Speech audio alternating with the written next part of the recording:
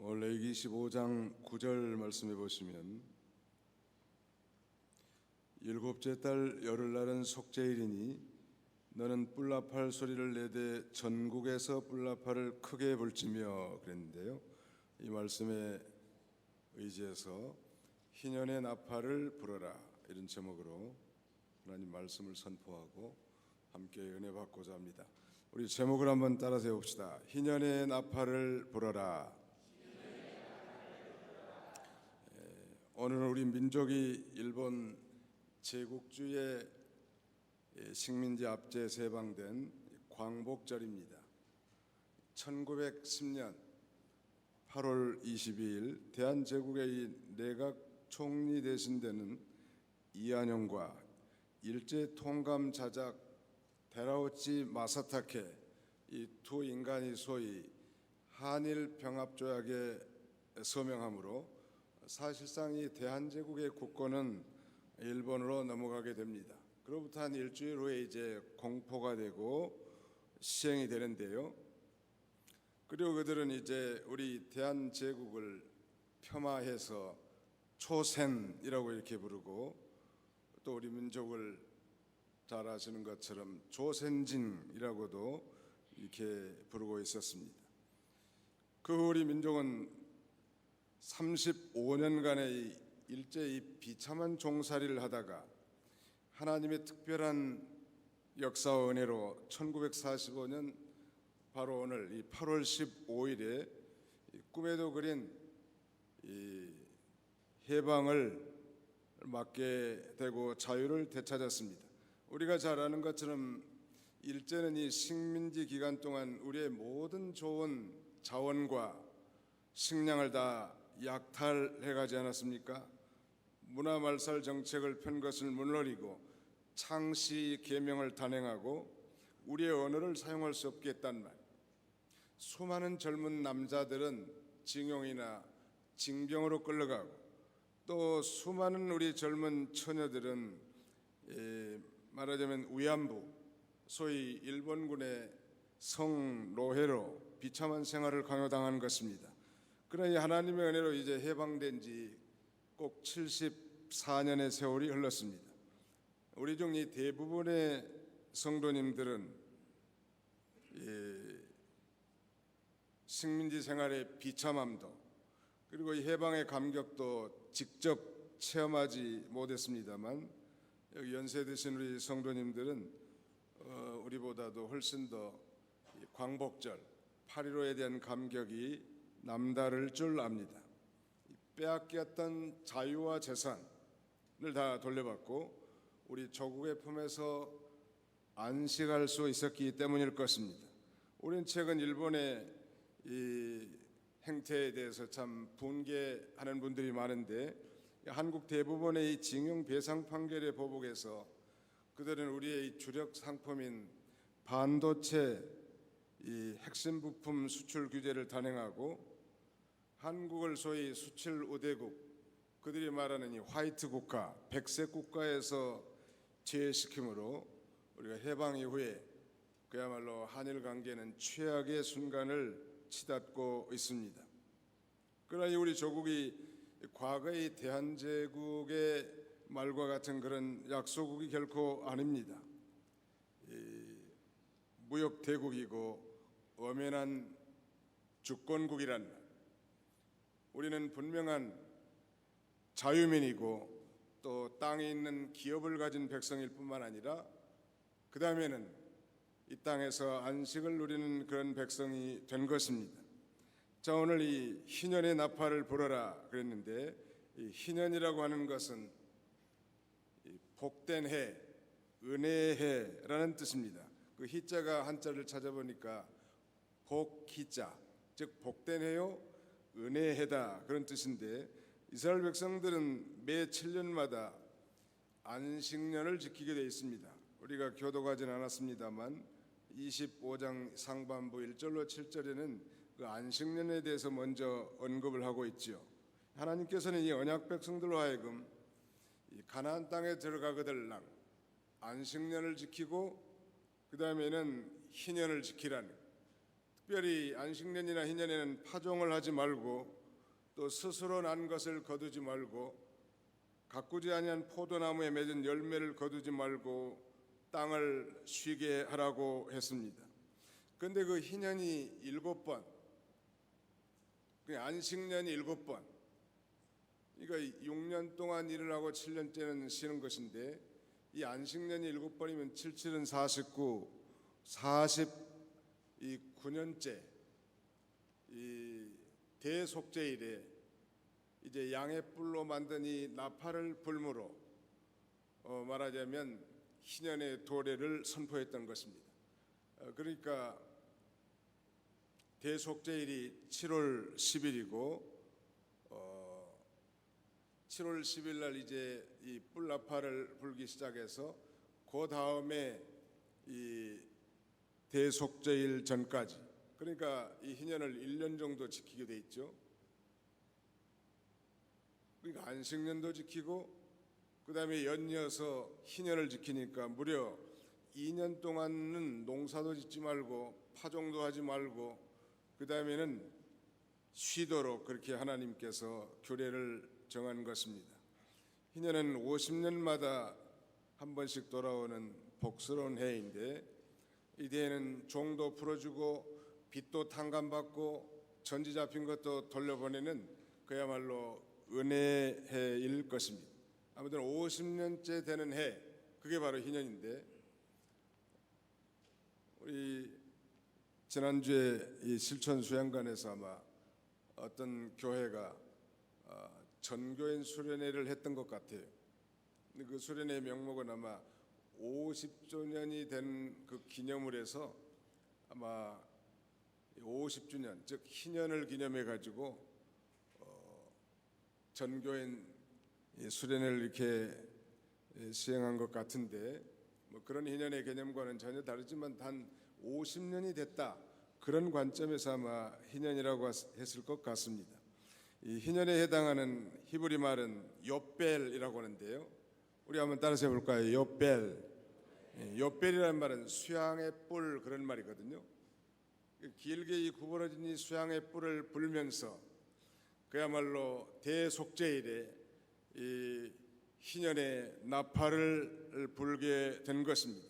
그러므로 희년 벽두에 울려 퍼지는 이 나팔 소리는 마치 여호와 하나님께서 시내산 언약을 체결하기 위해서 이 시내산에 이 강림하실 때 천둥과 번개와 함께 울려 퍼졌던 그 놀라운 큰 나팔 소리와 같이 백성들에게 하나님의 그 은혜로운 현존을 알리고 자유를 공포하며 기업이 회복되고 그리고 땅과 함께 안식이 준수되는 은총의 나팔이었습니다.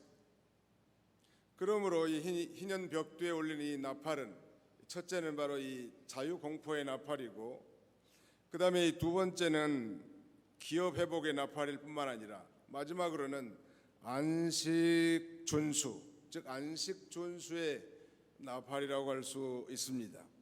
자, 오늘 결론부터 말씀드린다면 우리는 이 성경에서 하나님께서 명하신 이 규례와 법도인 안식년과 희년이 성경적으로 충실하게 지켜졌다는 그런 기록을 발견할 수는 없었습니다. 그러나 중요한 것은 오늘 우리 모든 그리스도인들이라면 예수 그리스도 안에서 우리 모두가 다 이제 그 십자가의 은혜로 말미암아 자유를 얻은 자요, 저 천국 기업의 상속자가 된 자요, 그리고 예수 그리스도 안에서 참된 안식을 누렸고 또 장차 천년 안식과 저 영원한 안식을 소망하게 하는 무한한 그 영적 의미가 내포되어 있다고 할 수 있겠습니다. 자, 그렇다면 이 희년 벽두에 크게 부는 이 나팔은 그 의미가 무엇일까요? 자, 우리 10절 상반절을 보시겠습니다. 10절을 보시겠습니다. 레위기 25장 10절 말씀 보시면 너희는 50년째를 거룩하게 하여 그 땅에 있는 모든 주민을 위하여 자유를 공포하라. Proclaim liberty, 자유를 공포하는 것, 소위 자유 공포의 나팔을 크게 불어대라는 것. 이스라엘 백성이 중에서 이 동족이 가난하게 돼서 종으로 팔려오게 되는 경우에 종과 같이 취급하거나 엄하게 부리지 말고 품꾼이나 동거인, 즉 우구하는 것 같이 대우해주라고 성경은 증거하고 있는데요. 그들이 가난하게 돼서 종으로 팔려간 경우라 할지라도 희년이 되면 자동으로 이 종에서 해방돼서 자기 가족의 품으로 돌아가게 된 것입니다. 그러므로 희년에는 종되었던 자가 자유롭게 된 거죠. 우리 방금 찬송 불렀습니다만 시온의 영광이 빛나는 아침, 매었던 종들이 돌아오네. 오래전 선지자 꿈꾸던 복을 만민이 다 같이 누리겠네. 19세기 미국의 헤스팅스라고 하는 대표적인 찬송 작곡가가 작시한 그런 찬송인데, 바로 오늘의 말씀을 묵상하고 또 이사야 선지자가 예언한 61장 이사야 61장 말씀을 묵상하면서 이 찬송의 그 영감을 얻은 것으로 사료됩니다. 뿐만 아니라 이스라엘 족속 중 우구하는 이방인이 이스라엘을 종으로 샀을 경우에도 엄하게 부리지 못하게 하고, 다시 물을 힘이 있으면 값을 내고 속량해낼 수 있게 되었고, 또 기업 물을 자, 소위 이스라엘에는 고엘 제도라고 있지 않았습니까? 이 기업 물을 자가 있으면 대신 물러줄 수 있고, 이것도 저것도 아니면 이제 50년이 되면 자동으로 이제 자유인이 되게 한 것입니다. 그런 면에서 이 희년은 그야말로 복된 해고 은혜로운 해라고 할 수 있겠죠. 이 종들이 하나님의 은혜로 자유를 얻는 곳, 바로 주님의 은혜의 해라고 말씀드릴 수 있는데요. 중요한 것은 예수님께서 이 공생의 초기 자기 고향 나사렛 회당에서 회당장이 그날 정해진 본문의 말씀이 기록된 두루마리를 건네줬을 때 예수님이 그 말씀을 읽고 해석한 것이 우리 성경 누가복음 4장 18절로 19절인데요. 거기 우리 한번 찾아서 같이 통독하도록 하겠습니다. 누가복음 제4장 18절로 19절입니다. 누가복음 제4장 18절로 19절을 같이 통독하겠습니다. 시작. 주의 성령이 내게 임하셨으니 이는 가난한 자에게 복음을 전하게 하시려고 내게 기름을 부으시고 나를 보내사 포로된 자에게 자유를, 눈먼 자에게 다시 보게 함을 전파하며 눌린 자를 자유롭게 하고 주의 은혜의 해를 전파하게 하려 하심이라 하였더라. 주의 성령이 내게 임하셨으니 그랬는데, 바로 여기서 내게라고 하는 건 바로 예수 그리스도를 가리키죠. 하나님께서 예수 그리스도를 보내서 성취하신 구속으로 말미암아 주님의 은혜를 선포하게 하신 것입니다. 이 공생의 초기 안식일에 나사렛 회당에서 예수님께서는 이사야 61장 1절로 2절 상반절의 글을 읽으시고 이 글이 오늘 너희 귀에 응하였느니라. 누가복음 4장 21절 하반절에 그렇게 강론하고 있습니다. 그러나 고향 사람들은 그 예수님의 그 은혜로운 설교에 대해서 상당하게 기이하게 여기기는 했지만, 그러나 예수 그리스도를 그리스도로, 즉 예수님을 메시아, 즉 자기들이 고대하는 그리스도로 영접하지는 않았고, 도리어 그 예수님을 이 고향에서 배척한 것입니다. 사랑하는 성도 여러분, 이 희년 제도는 그 속에 내포된 영적 의미와 아울러 이 바람직한 사회 경제 질서의 원형을 보여주는 아주 좋은 제도인데, 아직까지 현대 이 복지 국가에서도 볼 수 없는 그야말로 이상적인 사회 복지 시스템이라고 할 수 있겠죠. 이런 이 규례와 법도를 통해서 우리는 이 언약 백성인 오늘 이 신약시대 예수 그리스도 안에서 그의 피로 맺어진 하나님의 언약 백성들에 대한 하나님의 이 주도 면밀하심과 그분의 그 지극한 사랑을 우리가 엿볼 수 있는 것입니다. 그러므로 이스라엘 백성들이 만일 그 안식년이나 그 희년에 규례와 법도를 잘 지켜 행했더라면 안전한 거주와 풍성한 이 축복을 누릴 수 있었을 것입니다. 자, 오늘 본문 레위기 25장 18절로 19절을 제가 읽겠습니다. 18절 너희는 내 규례를 행하며 내 법도를 지켜 행하라. 그리하면 너희가 그 땅에 안전하게 거주할 것이라. 땅은 그것의 열매를 내리니 너희가 배불리 먹고 거기에 안전하게 거주하리라. 내 규례를 행하며 내 법도를 지켜 행하라. 그리하면 그 땅에 안전하게 거주할 것이고 풍성한 열매를 허락해 주시겠다고 약속하고 있습니다. 반복합니다만 성경에는 이 구약시대 이스라엘 백성들이 가나안 땅에서 희년을 올바르게 지켰다는 이 기록이 없습니다. 오히려 이 은혜로운 법은 이제 그 희년의 실체가 되시는 예수 그리스도 안에서 그 예수 그리스도를 자신의 구주와 주님으로 영접하는 자에게 이 놀라운 이 자유, 영적 자유를 주실 것을 예표하고 있는 것입니다. 그런 면에서 오늘 이 신약 시대가 바로 희년이라고 할 수 있겠죠. 바로 이 신약 시대가 구원 얻을 만한 때요, 은혜의 해라고 할 수 있겠습니다. 누구든지 예수님만 믿으면 죄와 사망 가운데서 해방되어서 참된 자유를 얻게 될 것을 예표한 절기가 바로 희년 제도입니다. 예수님께서 요한복음 8장 34절에는 진실로 진실로 너희에게 이르노니 죄를 범하는 자마다 죄의 종이니라 라고 이렇게 말씀하십니다. 아담의 범죄 이후에 죄가 들어오면서부터 우리 인간은 죄의 종이고 죄의 결과로 말미암은 사망의 종이고 그 죄와 사망을 무기로 삼는 마귀의 종살이를 할 수밖에 없는 그야말로 포로민이고 그 다음에는 자유를 박탈당한 그런 인간들이었습니다.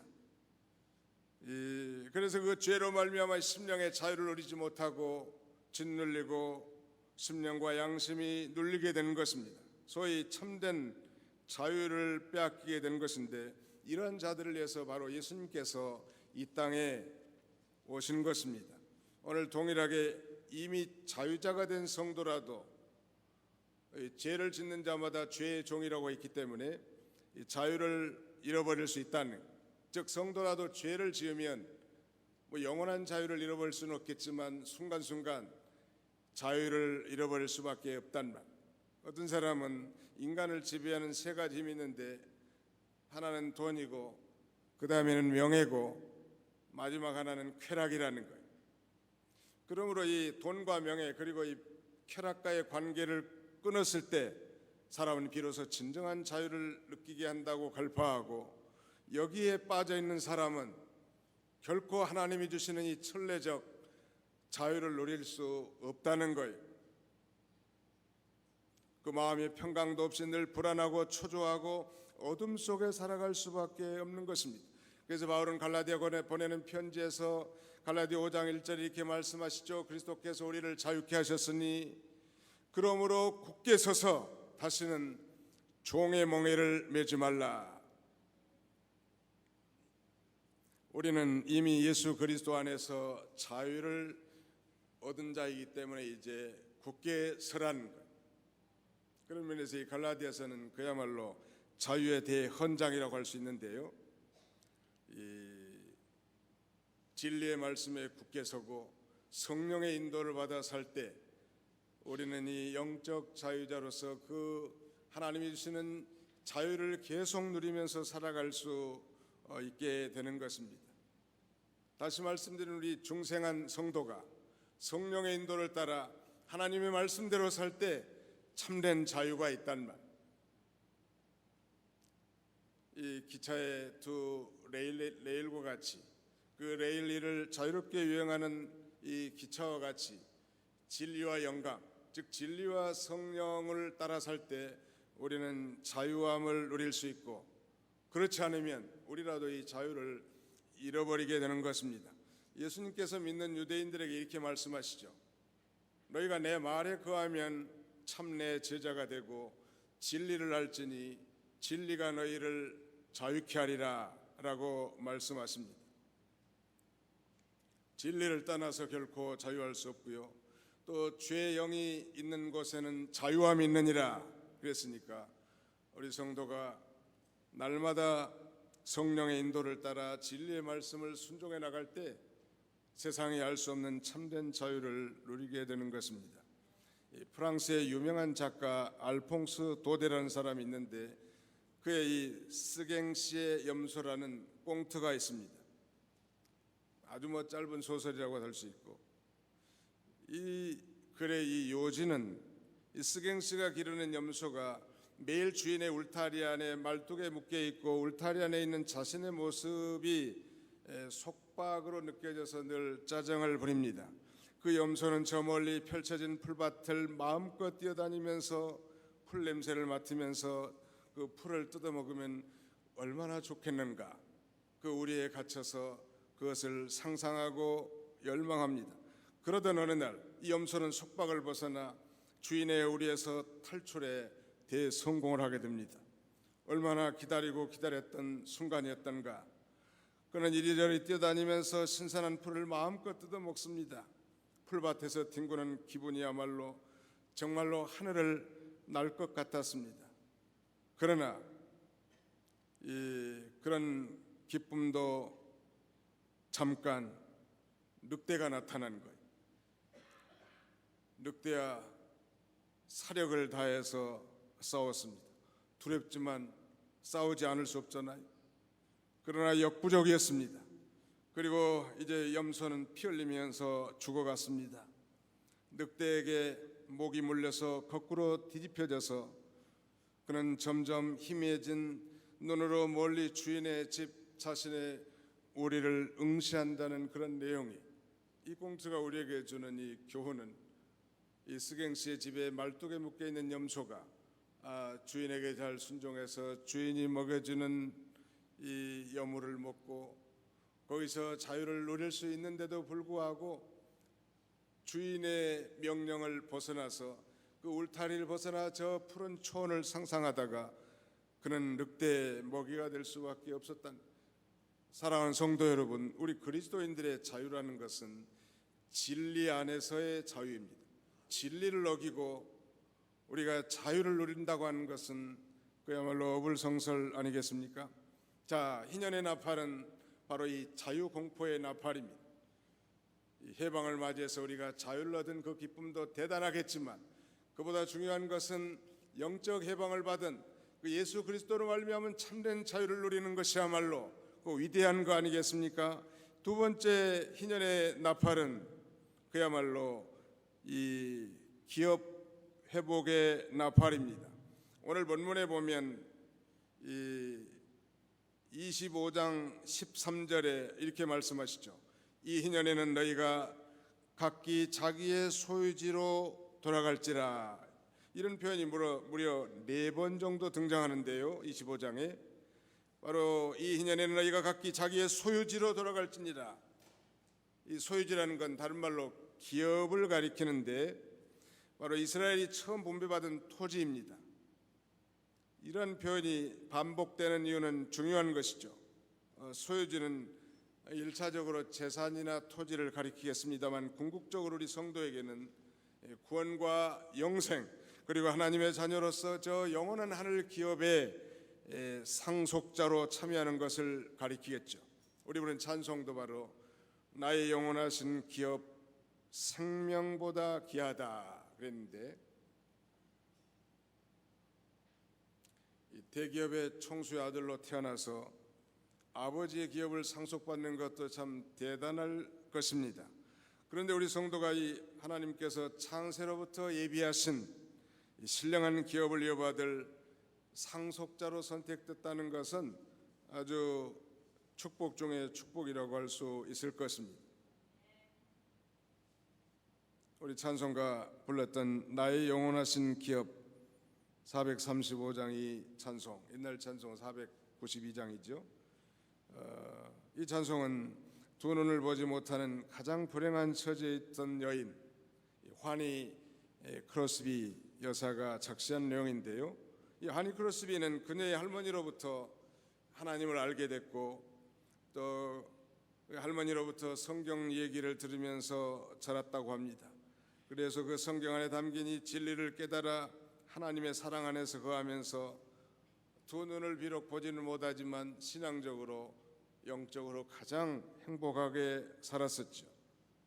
우리가 아는 대로 그녀는 생전에 이 9,000편에 따르는 찬송시를 작시했다고 하는데 늘 기도하면서 얻은 영감으로 그토록 많은 우리에게 은혜로운 찬송, 대표적인 걸 하나 들라고 한다면 나 같은 죄인 살리신 305장, 또 나의 갈 길 다가도록 우리 옛날 찬송 434장 있죠. 얼마나 우리가 애창하는 찬송 아닙니까? 나의 영원하신 기업 생명보다 귀하다. 나의 갈 길 다가도록 나와 동행하소서. 주께로 가까이 주께로 가오니 나의 갈 길 다가도록 나와 동행하소서. 그 원문의 내용은 이렇게 기록되어 있어요. 나의 영원하신 기업이신 주님, 내겐 친구나 생명보다 당신이 귀합니다.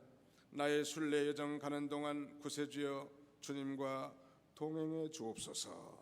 그런 내용인데 반복합니다만 이 기업이란 조상으로부터 물려받은 재산, 구체적으로 토지를 말한다고 했습니다. 이스라엘 사람들이 나라를 잃고 난 다음부터는 영적인 뜻으로 하나님을 자신의 기업이라고, 경건한 시인 아삽은 여호와 하나님을 자신의 영원한 분깃, 영원한 유산, 영원한 기업이라고 그렇게 고백하고 있지요. 그러나 신약성경은 그리스도를 믿는 자는 하나님의 자녀로서 하나님의 아들이신 예수 그리스도와 함께 하나님이 예비하신 저 천국 기업의 공동 상속자가 됨을 가리키는 것입니다. 그러므로 이 크로스비 여사는 그의 기업이신 주님께 세상 것을 원하고 기도하는 것이 아니라 주님과 동행하여 영원한 천국문에 들어가게 해달라고 그렇게 간절히 기도하고 있습니다. 바로 오늘 저와 여러분은 예수 그리스도 안에서 이 크로스비 여사뿐만 아니라 하나님이 예비하신 그 영원하신 기업, 썩지도 않고 더럽지도 않고 쇠하지도 않는 그 기업을 이어받을 상속자가 된 줄로 믿습니다. 그런 면에서 우리가 이 지구촌에서 사는 것은, 지상에서 사는 삶은 이 하나님의 기업을 이어받을 상속자로서의 훈련을 받는 것이죠. 우리가 배운 대로 우리 성도는 하나님의 자녀이고 상속자라고 먼저 다 배운 바 있습니다만, 그래서 어떤 이는 이 지상에서 우리의 삶은, 이 지상은 놀이터가 아니고 결코 훈련터라는, 플레잉 그라운드가 아니고 트레인 그라운드라고 이렇게 설파한 바 있습니다. 하나님께서는 이 하나님이 예비하신 그 놀라운 그 기업, 이것을 잘 손해보지 않고 망하게 하지 않고 잘 이어받을 수 있도록 이 땅에서 우리를 많이 훈련하는 거예요. 때로는 질병으로, 때로는 사업 실패로, 때로는 정말 배신당함으로, 때로는 자녀의 탈선으로, 때로는 이 기업의 파손으로, 때로는 상처받은 심령으로 이 땅의 모든 줄을 다 끊어버리고 저 영원한 기업의 상속자의 자격이 되게 하는 것. 저는 목회하기 전에 직장 생활을 했는데 그 현대중공업에서 좀 근무하다가 소명받아서 목회를 하게 됐습니다. 그래서 그 정주영 씨 여러분들도 아시겠는데 이분의 이 정신 사상에 좀 영향을 많이 받았어요. 우리 현대 정신은 창조적이고 개척 정신이 그 첫 번째거든요. 시련은 이때 실패는 없다, 그런 책도 시중에 나와 있는데, 웃기는 말로 해봤어? 그 왕의 장이 그 한 말은 유명하지요. 해보지도 않고 안 된다고 한다든지, 이 중역들이나 부하 직원들이 그렇게 하면 아주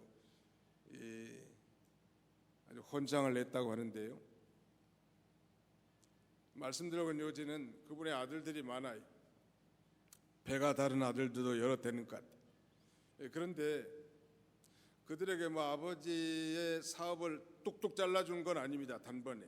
그러니까 우리와 같이 공채는 아니지만 슬쩍 들어와가지고 우리는 4년 만에 대리되고 또 4년 만에 과장되고 또 4년 만에 차장되고 이런 그 룰이 있는데, 입사한 다음에 한 6개월 지났는데 대리가 되고 1년 지났는데 어느 날 과장 자리에 앉아 있고 2년 지났는데 한 부장이 되고 한 3년 만에 중역 자리에 앉아 있는 거예요. 그런 과정을 안 거치고 바로 뭐 중역을 쓰고 뭐 이렇게 말하자면 탑 매니지먼트에 올릴 수도 있겠지만 왜 그랬을까요? 그건 훈련시키는 거 아니겠습니까? 아버지의 기업을 다 망해먹을 수도 있기 때문에 아마 거기서 훈련을 시켜가지고 아버지가 주신 그 기업을 잘 일굴 수 있도록 훈련시킨, 이 세상 사람들도 그 자녀를 향한 그런 지혜가 있거니와 하물며 전능하신 하나님께서 오늘 저와 여러분을 예수 그리스도 안에서 그 하늘 기업의 상속자로 삼으시고 이 땅에서 많은 환난과 시험과 역경 고난을 통해서 우리와 하여금 저 하늘 기업을, 영광스러운 하늘 기업을 이어받을 자격 있는 상속자가 되도록 우리를 훈련하는 줄 믿습니다. 우리가 이런 믿음으로 살아야 될 거예요. 어떤 환난이 우리에게 닥친다 할지라도 우리가 이렇게 믿음으로 반응하기를 우리 주님이 기뻐하시리라 믿습니다. 자, 이제 마지막 하나는 사람과 땅을 안식하게 하는데, 소위 희년의 나팔 세 번째는 안식 준수의 나팔이. 오늘 설교에서 우리가 기억할 것은 세 개의 단어를 꼭 기억하면 좋겠습니다. 희년은 50년째 되는 해이구나. 안식년이 7번 지나고 그 안식년이 말년 되는 이 7월 대속제일, 우리는 뭐 7월이라고 하지만 7월 10일이 대속제일 아닙니까? 그러니까 그때로부터 고다음 속죄일 오기 1년까지 무려 2년 동안 안식을 하고 7번째 안식년을 지키고 그 다음에 또 1년은 희년으로 이렇게 지키게 돼 있는데요. 바로 이 희년의 나팔 세 가지는, 첫째 우리가 기억할 것은 자유라는 단어, 두 번째는 기업, 세 번째는 안식. 한번 따라서 해볼까요? 자유 공포, 기업 회복, 안식 준수. 좀 어려운 단어일 것 같지만 그래도 이 정도의 IQ는 되리라고 생각이 됩니다. 아무튼 다른 건 다 잊어버릴 수 있겠지만 자유 공포, 그 다음에는 기업 회복, 마지막 세 번째는 안식 준수. 사람과 땅을 안식하게 하라고 성경은 여러 군데 증거하는데 11절 한번 보실까요? 11절 같이 한번 읽어봅시다. 11절 시작. 그 50년째 해는 너희의 희년이니 너희는 파종하지 말며 스스로 난 것을 거두지 말고 가꾸지 아니한 포도를 거두지 말라. 희년은 안식의 해입니다. 일체 노동을 금지시키고 이스라엘 전역의 사람뿐만 아니라 농토에 이르기까지 다 쉬게 하라는, 즉 휴경하라는. 우리는 이 토지를 뭐 한 번도 쉬지 않고 농사를 계속 짓습니다만 하나님이 내신 이 은혜로운 법을 순종한다면 하나님이 더 잘되게 하실까요? 잘되게 하실까요? 당연히 잘되게 하시겠죠. 하나님이 내신 법인데 하나님의 법을 순종한다면 얼마나 잘되게 하겠는 말. 6년 동안 농사 짓고 1년 땅을 쉬어주는 거예요. 근데 우리는 뭐 계속 비료라도 쳐가지고 계속 아웃풋, 즉 생산품, 결과물만 이렇게 추구하다 보니까 좋은 곡식, 하나님이 내신 걸 잘 거두지 못하고 또 그걸 먹는 사람이 뭐 피부병이나 아토피도 걸릴 수 있는 거예요. 하나님이 내신 제도를 그대로 믿고 그대로 순종만 한다면 하나님이 약속하신 안식과 더불어 참된 복을 우리에게 허락하실 수 있을 것입니다. 이 안식년이나 희년에 농사하지 않아도 하나님을 믿고 그 말씀을 준행하는 자에게 우리 하나님께서는 풍성한 은혜를 베풀어 주신다는. 자, 오늘 18절로 19절, 오늘 성경 읽는 분이 안 오셨으니까 같이 한번 읽어봅시다. 18절 19절 말고요, 20절부터 22절까지 한번 읽어봅시다. 시작. 만일 너희가 말하기를 우리가 만일 7재에 심지도 못하고 소출을 거두지도 못하면 우리가 무엇을 먹으려 하겠으나 내가 명령하여 여섯째 해에 내 복을 너희에게 주어 그 소출이 3년 동안 쓰기에 족하게 하리라. 너희가 여덟째 해는 파종하려니와 묵은 소출을 먹을 것이며 아홉째 해에 그 땅에 소출이 들어오기까지 너희는 묵은 것을 먹으리라. 어떻게 만일 너희가 말하기를 우리가 만일 일곱째 심지도 못하고 심지어는 희년이면 여덟 번째 해까지도 파종하지 않고 심지 못한다면 우리가 뭘 먹겠습니까 하나님? 이렇게 반문할 수 있겠죠. 아니 일주일 다 일을 해도 먹고 살기 힘든 판국인데 어디에 우리가 이 주의를 지키고 온전히 살 수 있습니까? 한번 세상 사람들의 그 이성적인 생각은 그럴 수 있겠지만 하나님이 된다고 하면 되는 거요. 믿으시기 바랍니다. 하나님이 된다는데 어떻게 될까? 제가 좀 말씀을 묵상하면서 연구해 본 거예요. 하나님이 땅에게 명령하는 거예요. 땅아, 예 하나님, 내년은 무슨 해니? 내년은 안식년입니다. 그럼 어떻게 해야 되겠니? 당연히 쉬어야 되죠. 그 다음에는 무슨 해냐? 그럼 50년째 되니까 희년입니다. 그럼 희년에는 어떻게 해야 되는가? 물론 희년도 하나님 쉬어야 되죠. 그러면 너는 금년에 이 곡식을 얼마나 내야 되겠나? 적어도 2년은 내야 되지 않겠습니까? 아마 땅이 그렇게 대답했을 것 같아요. 아니다, 3년치를 내라. 예, 알겠습니다. 땅이 이렇게 대답하고 3년치, 그러니까 48년째에는 3년치 소출이 나오게 하는 거예요. 그래서 49년에 농사 안 해도 먹을 수 있고 묵은 곡식 먹어줄 수 있고 50년째도 묵은 곡식 먹을 수 있고 심지어는 51년째까지도 묵은 곡식을 먹게 해주신다고. 누가 그랬어요? 하나님이 그러신 거예요. 우리 어제 오후에 이 유영길 목사님을 통해서 이삭의 창성에 대해서 은혜 받으신 바 있는데 이삭이 복받은 그 비결 중에 그 첫 번째가 바로 이삭의 순종하는 생활이라고 하지 않았습니까? 애굽 땅으로 건너가려고 했지만 하나님이 가지 말라고.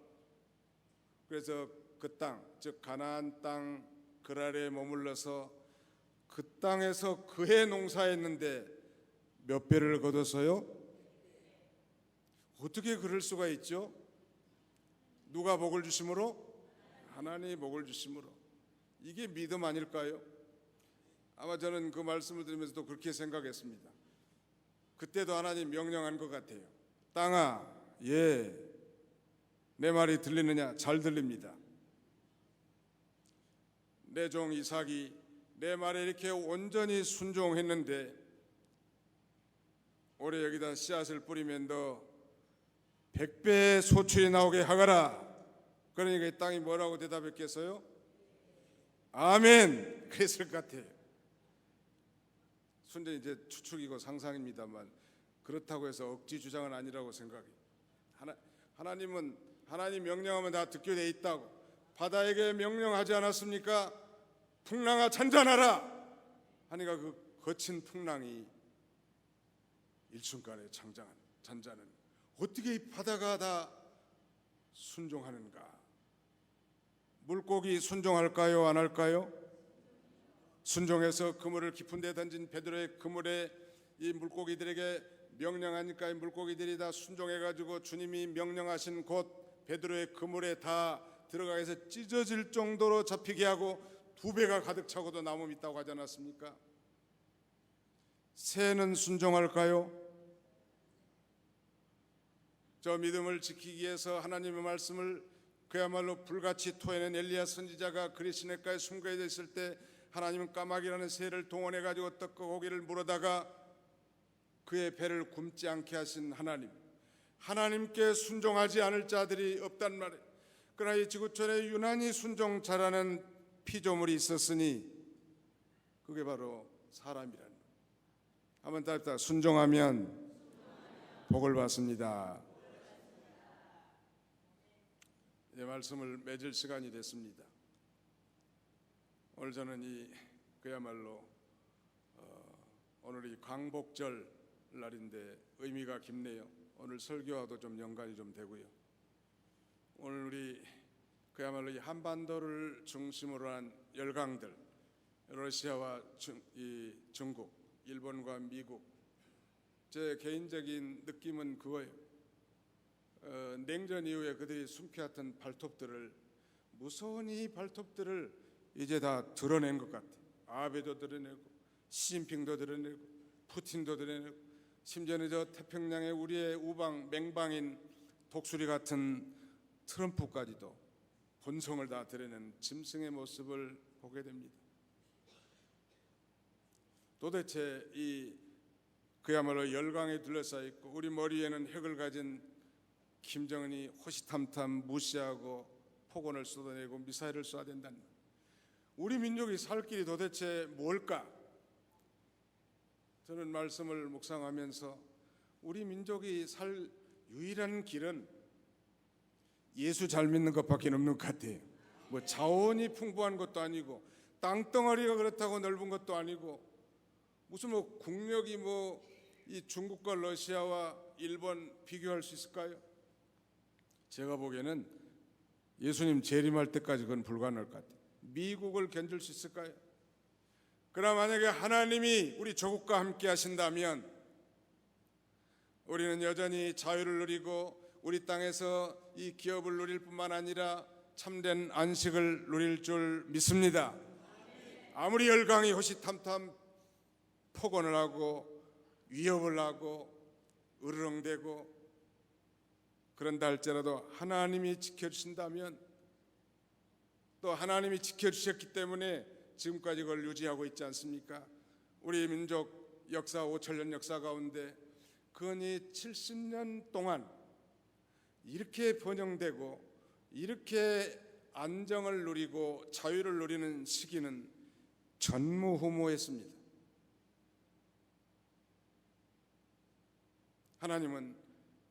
하나님께서 저 태평양 건너의 독수리 미국이 우리 하나님이 붙여주셔서 우리에게 복음도 전해줬을 뿐만 아니라 피 흘리면서 우리와 함께 싸워주시고 또 원자탄을 일본에 던져서 우리를 해방시켜준 그야말로 참 은혜로운 나라.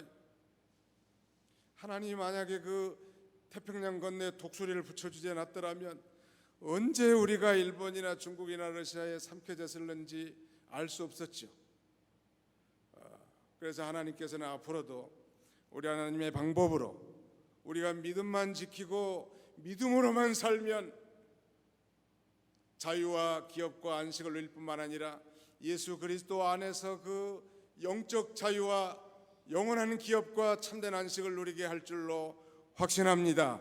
이런 축복 가운데 사는 저와 여러분들이 다 되시기를 주님의 이름으로 축원합니다. 거룩하신 아버지 하나님 감사합니다. 금번에도 전통을 따라 귀한 성회를 베풀어 주시고 귀한 종들을 세우시고 시간마다 성령의 말씀으로 증거해 주시고 이제 오늘 마지막 날 성회 끝날 되게 하신 것 감사합니다.